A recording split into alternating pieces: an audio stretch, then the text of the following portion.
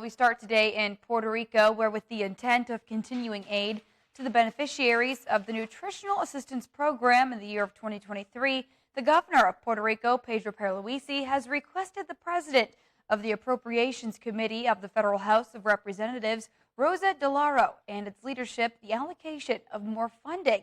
He also required that the Federal Department of Agriculture publish a comprehensive action plan that includes Puerto Rico and a complete transition from the PAN to the Supplemental Nutrition Assistance Program. In a letter to the Congresswoman, Pierluisi said, in quote, "We are requesting the allocation of $1 billion in funds to Puerto Rico during fiscal year 2023. The USDA, including Rural Development, the FDA, and other related agencies, because the reconciliation law, the consolidated budget of 1981, excluded Puerto Rico from the SNAP, and since then, and for more than 40 years, we have received unequal treatment compared to the American citizens of the 50 states," end quote. The governor also insisted that for the successful implementation and administration of these benefits, it is extremely necessary to modernize the programming and digitalization of the records.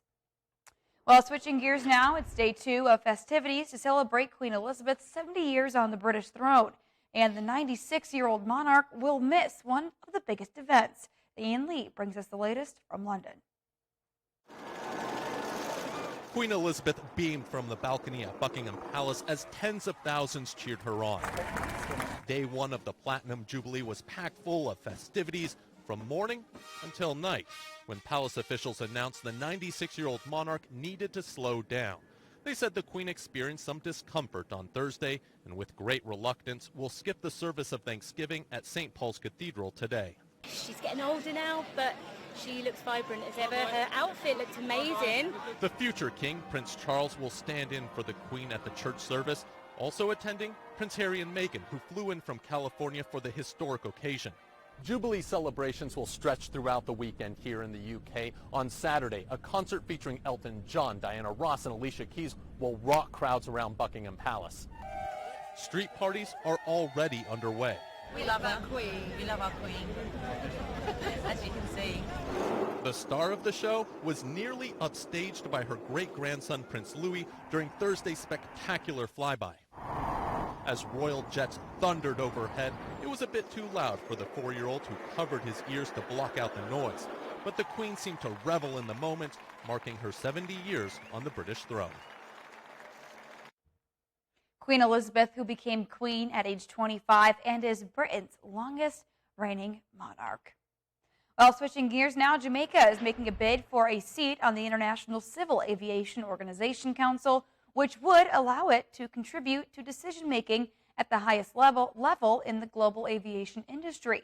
Prime Minister Andrew Holness launched Jamaica's candidature for the elections, which will be held during the 41st session of the Assembly in Montreal, Canada, from September 27th to October 7th of this year. He said the country has demonstrated the competence and expertise required to meet the demands of the role and would play a critical part in taking forward the vision and objectives of the ICAO if it secures the seat. The region, led by Jamaica, can play a seminal part in fueling the global aviation industry to explore and engage new opportunities while minimizing and defeating arising threats and challenges, whether universal, regional, or isolated.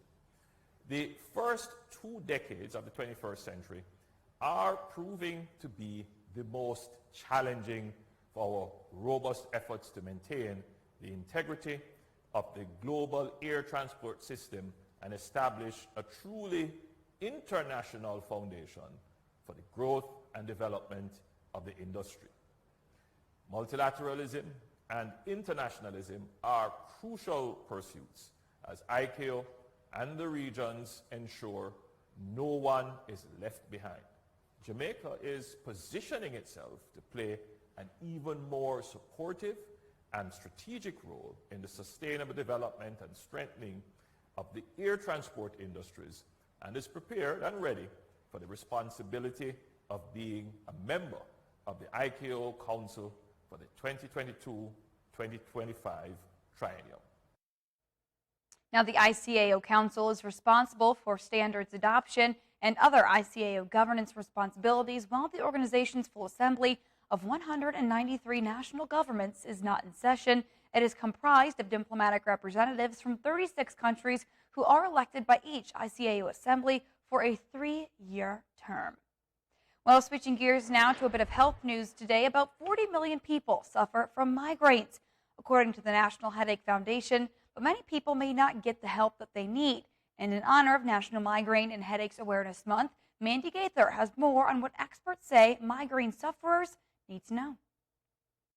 It's a disorder that causes headache attacks. Those who suffer from migraines have recurrent headaches that can last 4 to 72 hours. The throbbing or pulsating pain, usually one-sided, can be moderate to severe and can disrupt everyday life. You shouldn't have to suffer. Tom Dabberton with the National Headache Foundation says many migraine sufferers may be hesitant to see a doctor, but he says primary care providers can help get you on the path to treat or prevent attacks. Migraine can be brought on by a lot of different triggers. It can be light sensitivity. It can be dietary. It can be just a change in your regular schedule. Dabberton says keeping a log of the food you've eaten before a migraine attack, then removing these foods from your diet may help identify possible dietary triggers. Keeping a headache diary can also give you an idea of what may provoke an attack. It may also help your doctor determine which treatment is right for you. Be prepared when you go in to see the doctor. Talk about the symptoms. Document what's going on, because that doctor or that practitioner is only as good as the information that you provide them. Now, if your migraine causes prolonged loss of vision, unconsciousness, or uncontrollable vomiting, or if the pain gives you unusual symptoms that are abnormal for you and last more than 72 hours without any relief, the National Headache Foundation says to seek doctor's care or go to an emergency department immediately.